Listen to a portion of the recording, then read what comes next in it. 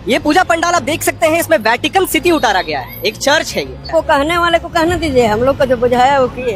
ये Vatican city बना रखा, हालेलुया करने थोड़ी आया यार, हम सनातनी हैं। I think we should boycott this pandal, being a Hindu Sanatani. कारण यहाँ दुर्गा का ये है ना पूजा है, तो उसमें चर्च का दिया। ये जो वेटिकन सिटी बना है दुर्गा पूजा के पंडाल में, आप खुश हैं? हाँ खुश है। आपको ठीक है, आपको कोई आपत्ति नहीं? नहीं नहीं, हम लोग को कोई आपत्ति नहीं है। ये तो गलत है, गलत नहीं होना चाहिए था। बदल देना चाहिए, बदल देना चाहिए, कंफर्म बदल देना चाहिए, कंफर्म। रातों रात बदल दीजिए एकदम, अभी भी बदल दीजिए। तो सबसे बड़ी बात है कि यहाँ पे अभी क्या है ना, कुछ राजनीतिक मुद्दा बनाया गया है। कुछ लोग ये कह रहे हैं कि ठीक है, हिंदुओं ने तो कर दिया, वेटिकन सिटी की स्थापना कर दी, लेकिन क्या मेरे फाइनेंस का वो नाश कर दिया जाए आप ही के अभिषेक के द्वारा। आज मैं नया जीवन पाऊं खुदाबंद, आज यीशु मसीह के अभिषेक की नदियां यहां बहे। एक एक जन खुदाबंद के अभिषेक को आज ग्रहण करके वापस जाए यीशु मसीह के नाम में। अपने हाथों को उठाओ और हिलाओ, ऊंची आवाज में थैंक यू जीसस बोलते हुए।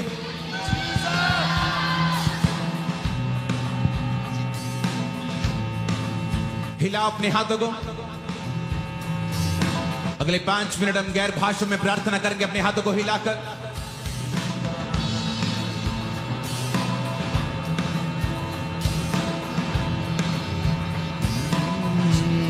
बारिश की तरह अग्नि के समान या गिर जाए मुझ पे एक चादर के समान हो दुगना और ताज़ा हो आज मुझे। अपने हाथों को उठाओ। जीसस ने कहा अगर कोई प्यासा है तो मेरे पास आए, मैं उसको जीवन का जल दूंगा, बल्कि वो जीवन का जल उसके अंदर से भी बहेगा और वो फिर कभी प्यासा ना होगा। आज इस वचन को सुनने के बाद और इस प्रार्थना में जो आपके लिए होगी, आप पवित्र आत्मा के अभिषेक से भरपूर किए जाएंगे और उसका मसा आज आपके ऊपर उतरेगा और सारे बंधनों को वो तोड़ देगा और नाश कर देगा। अपने हाथों को उठाकर, बाइबल को उठाकर ऊंची आवाज में अंगीकार करते हुए, खुदा बाप तेरा वचन मेरे शुद्ध रहने का आधार, मेरे जीने का आधार, मेरे चलने का आधार, मेरे खड़े रहने का आधार है। मेरी आंखें तेरे वचनों के ऊपर लगी हैं, मेरा छुटकारा इसी से होता है, मेरी चंगाई इसी से होती है, मेरा चलना इसी से होता है, मेरा माफ करना इसी से होता है। आज मैं अपनी आंखें आपके वचनों के ऊपर लगाता हूं, वायदा करता हूं जो कुछ आज मैं सुनूंगा मैं फलों को लेके आऊंगा। अंधकार की शक्तियां इस वचन को चुरा ना सकेंगी, क्योंकि मैं पूरे मन के साथ इस वचन को सुनूंगा और फलों को लेके आऊंगा। प्रभु यीशु मसीह के नाम में हम मांगते हैं, आमीन। जितना ऊंचा और लंबा ये ब्लेसिंग उतनी बड़ी है। मैं प्रार्थना करता हूं आपके दिल, दिमाग और रुझ समझान, आपके विवेक आज यीशु मसीह के लहू से धुल जाए और ये वचन जब आप सुने इसे ग्रहण करें और ये आपके और आपके परिवार के छुटकारे का कारण हो जाए, आपके शरीर के बीमारियों से छुटकारे का कारण हो जाए, हर तरह के श्राप के, हर तरह के गरीबी से छुटकारे का, हर तरह के कर्ज से छुटकारे का कारण हो आपके और आपके परिवारों का, यीशु मसीह के सामर्थी नाम में। अपने हाथों को उठाओ। आने वाले समय के अंदर जो खुदावंद ने मुझसे कहा है, जो पंजाबी क्रिश्चियंस हैं वो इन देशों में बड़ी बड़ी पोजीशंस के ऊपर, बड़ी बड़ी पॉलिटिकल पावर्स के साथ आने वाले समय में, आने वाले सालों और दशकों में आपका समय होगा पंजाबी क्रिश्चियंस का। आपका नाम दुनिया सुनने वाली है। आमीन हो चाहिए। आशीष आप और आपकी जनरेशन ग्रहण कर रही है। मैंने कहा आमीन हो चाहिए। आप और आपकी जनरेशन जो आने वाली ग्रहण कर रही है। इस भविष्यवाणी को आप याद करेंगे कि ये इंटरनेट के ऊपर रहेगी कि परमेश्वर ने कहा था कि पंजाबी क्रिश्चियन जो होंगे बड़ी पावर्स के साथ, पॉलिटिकल पावर्स के साथ, बड़े ओहदों के। सबको जय मसीह की। God bless you all of you. कैसे हैं आप सब? आशा करता हूँ परमेश्वर के वचन और प्रार्थना दुआओं में और एक दूसरे के प्रेम में बने होंगे।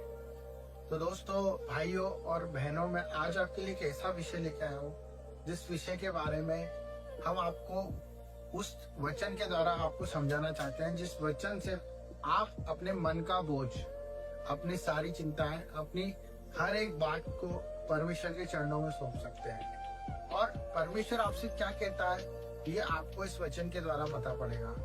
तो दोस्तों, आज बहुत से लोग ऐसे हैं जो परमेश्वर के करीब तो हैं, पर परमेश्वर के वचन को पढ़ते भी हैं और चर्च भी जाते हैं, सब कुछ करने के बाद भी उन्हें परमेश्वर के बातों का जवाब का अर्थ नहीं मिलता।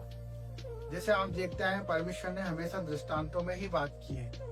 हम देखते आ रहे हैं कि परमेश्वर ने जब जब हमें कुछ समझाया है या बाइबल के द्वारा हमें एग्जाम्पल दिए हैं, तो उसके अंदर परमेश्वर हमें उन तरह से बताता है ताकि हम समझे और कोई ना समझे। इसका मतलब ये है कि हमें सबसे पहले हमारे लर्निंग के ऊपर फोकस करना होगा, हमारे समझने के ऊपर फोकस करना होगा, क्योंकि परमेश्वर हमसे कई दफा बात करता है, पर हम ये सोचते हैं कि परमेश्वर हमसे नहीं परंतु सबसे बात करता है और हमारे तरफ नहीं देख रहा परंतु सबके तरफ उसका ध्यान है।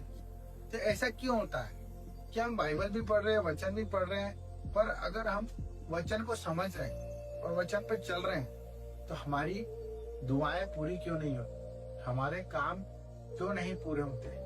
उसमें एक ही थोड़ी सी चीज है जो आप अगर सुधार सकते हैं। मैंने उस पर काम किया है, मैं उसी अनुभव से आपको बता रहा हूँ।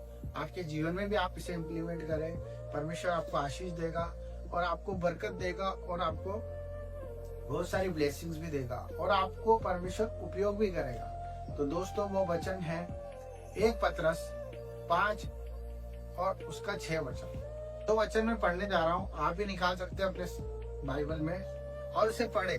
उसमें लिखा है 1 पतरस 5:6 में, इसलिए परमेश्वर के बलवंत हाथ के नीचे दीनता से रहो जिससे वह तुम्हें उचित समय पर बढ़ाए। Praise the Lord.